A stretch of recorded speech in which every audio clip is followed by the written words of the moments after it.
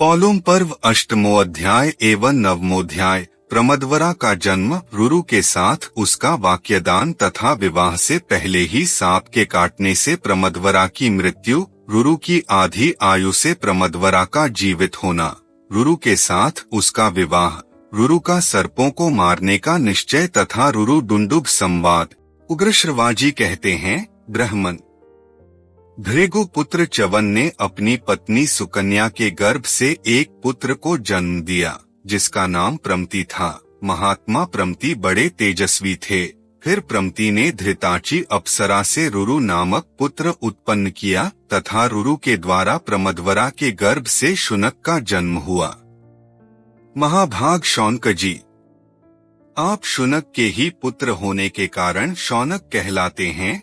शुनक महान सत्वगुण से संपन्न तथा संपूर्ण भृगुवंश का आनंद बढ़ाने वाले थे। वे जन्म लेते ही तीव्र तपस्या में संलग्न हो गए। इससे उनका अविचल यश सब और फैल गया। ब्राह्मण, मैं महातेजस्वी रुरु के संपूर्ण चरित्र का विस्तार पूर्वक वर्णन करूंगा, वह सब का सब आप सुनिए। पूर्व काल में स्थूलकेश नाम से विख्यात एक तप और विद्या से संपन्न महर्षि थे, जो समस्त प्राणियों के हित में लगे रहते थे। विप्रशें, इन्हीं महर्षि के समय की बात है। गंधर्वराज विश्वावसु ने मेनका के गर्भ से एक संतान उत्पन्न की। भृगु नंदन मेनका अप्सरा ने गंधर्वराज द्वारा स्थापित किए हुए उस गर्भ को समय पूरा होने पर स्थूलकेश मुनि आश्रम के निकट जन्म दिया। ब्राह्मण, निर्दय और निर्लज्ज मेनका अप्सरा उस नवजात गर्भ को वहीं नदी के तट पर छोड़कर चली गई। तदंतर तेजस्वी महर्षि स्थूलकेश ने एकांत स्थान में त्यागी हुई उस बंधुहीन कन्या को देखा, जो देवताओं की बालिका के समान दिव्य शोभा से प्रकाशित हो रही थी। उस समय उस कन्या की वैसी दशा में देखकर द्विजश्रेष्ठ मुनिवर स्थूलकेश के मन में बड़ी दया आई, अतः वे उसे उठा लाए और उसका पालन पोषण करने लगे। वह सुंदरी कन्या उनके शुभ आश्रम पर दिनों दिन बढ़ने लगी।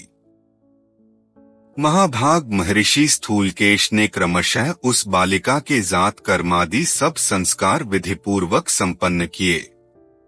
वह बुद्धि, रूप और सब उत्तम गुणों से सुशोभित हो संसार की समस्त प्रमदाओं, सुंदरी स्त्रियों से श्रेष्ठ जान पड़ती थी। इसलिए महर्षि ने उसका नाम प्रमदवरा रख दिया।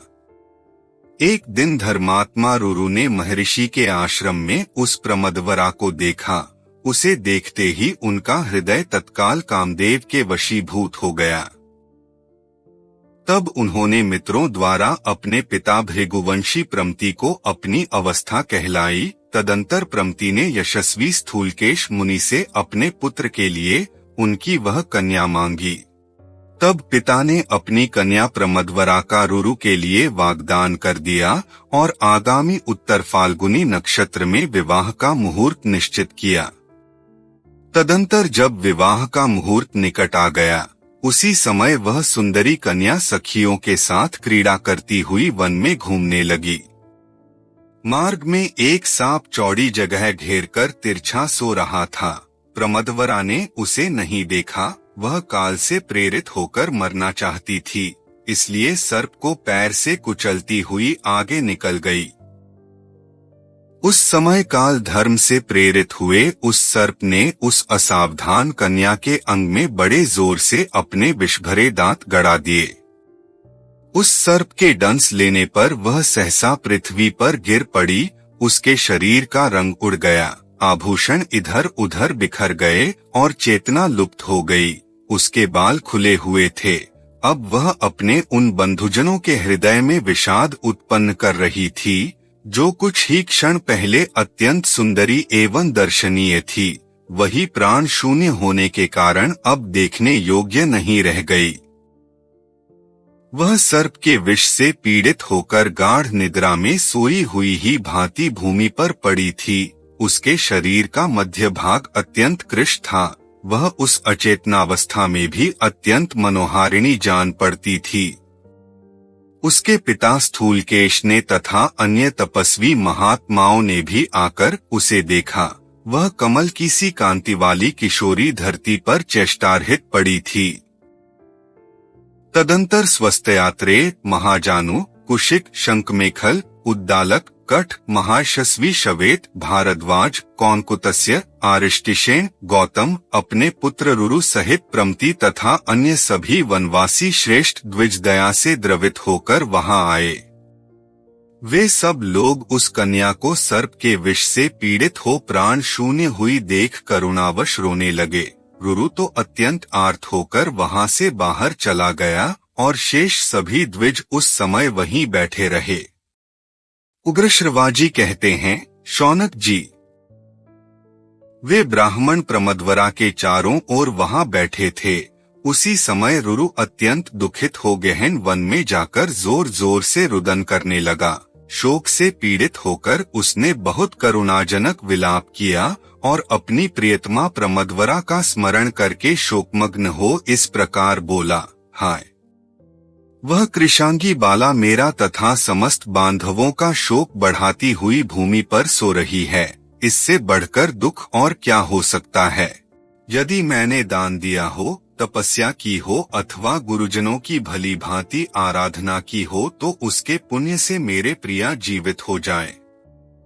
यदि मैंने जन्म से लेकर अब तक मन और इंद्रियों पर संयम रखा है और ब्रह्मचर्य आदि व्रतों का दृढ़ता पूर्वक पालन किया हो तो यह मेरी प्रमदवरा अभी जी उठे। यदि पापी असुरों का नाश करने वाले, इंद्रियों के स्वामी जगदीश्वर एवं सर्वव्यापी भगवान श्री कृष्ण में मेरी अविचल भक्ति हो तो यह कल्याणी प्रमदवरा जी उठे। इस प्रकार जब रुरु पत्नी के लिए दुखित हो अत्यंत विलाप कर रहा था, उस समय एक देवदूत उसके पास आया और वन में रुरु से बोला। देवदूत ने कहा, धर्मात्मा रुरु, तुम दुख से व्याकुल हो, अपनी वाणी द्वारा जो कुछ कहते हो वह सब व्यर्थ है, क्योंकि जिस मनुष्य की आयु समाप्त हो गई है उसे फिर आयु नहीं मिल सकती। यह बेचारी प्रमदवरा गंधर्व और अप्सरा की पुत्री थी। इसे जितनी आयु मिली थी वह पूरी हो चुकी है।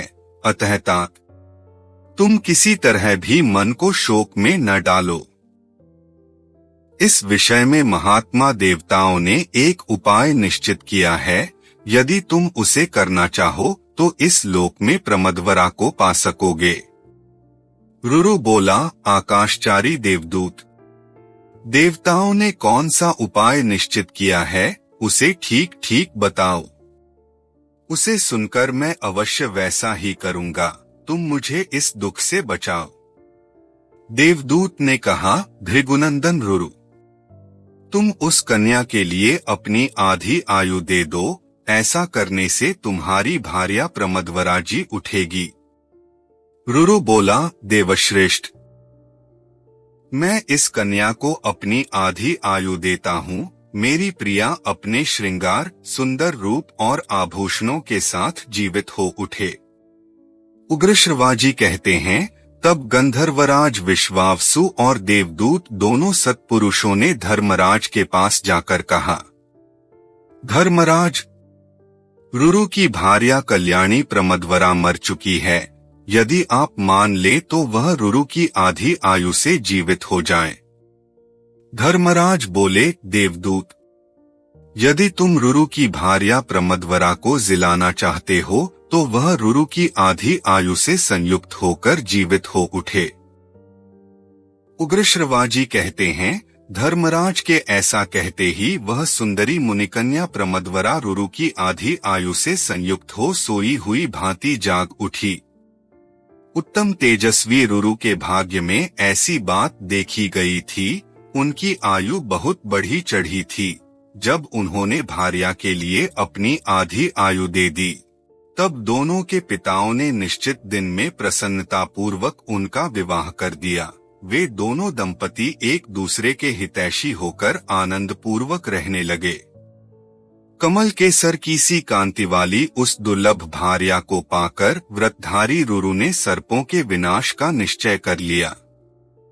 वह सर्पों को देखते ही अत्यंत क्रोध में भर जाता और हाथ में डंडा ले उन पर यथाशक्ति प्रहार करता था। एक दिन की बात है, ब्रह्मांड रुरु किसी विशाल वन में गया। वहां उसने डुंडुभ जाति के एक बूढ़े सांप को सोते देखा। उसे देखते ही उसके क्रोध का पारा चढ़ गया और उस ब्राह्मण ने उस समय सर्प को मार डालने की इच्छा से कालदंड के समान भयंकर डंडा उठाया। तब उस डुंडुभ ने मनुष्य की बोली में कहा, तपोधन, आज मैंने तुम्हारा कोई अपराध तो नहीं किया, फिर किस लिए क्रोध के आवेश में आकर तुम मुझे मार रहे हो? आपसे एक निवेदन है, आप अपने मित्रों, बच्चों को महाभारत जैसा भव्य, दिव्य, विशाल, अद्वितीय ग्रंथ पढ़ने के लिए प्रेरित करें, जिससे उनको जीवन में एक नई दिशा प्राप्त हो। अगर हमारा वीडियो आपको अच्छा लगा तो लाइक करें, शेयर करें और चैनल को सब्सक्राइब करें, जिससे महाभारत के नए एपिसोड का नोटिफिकेशन मिलता रहे। धन्यवाद।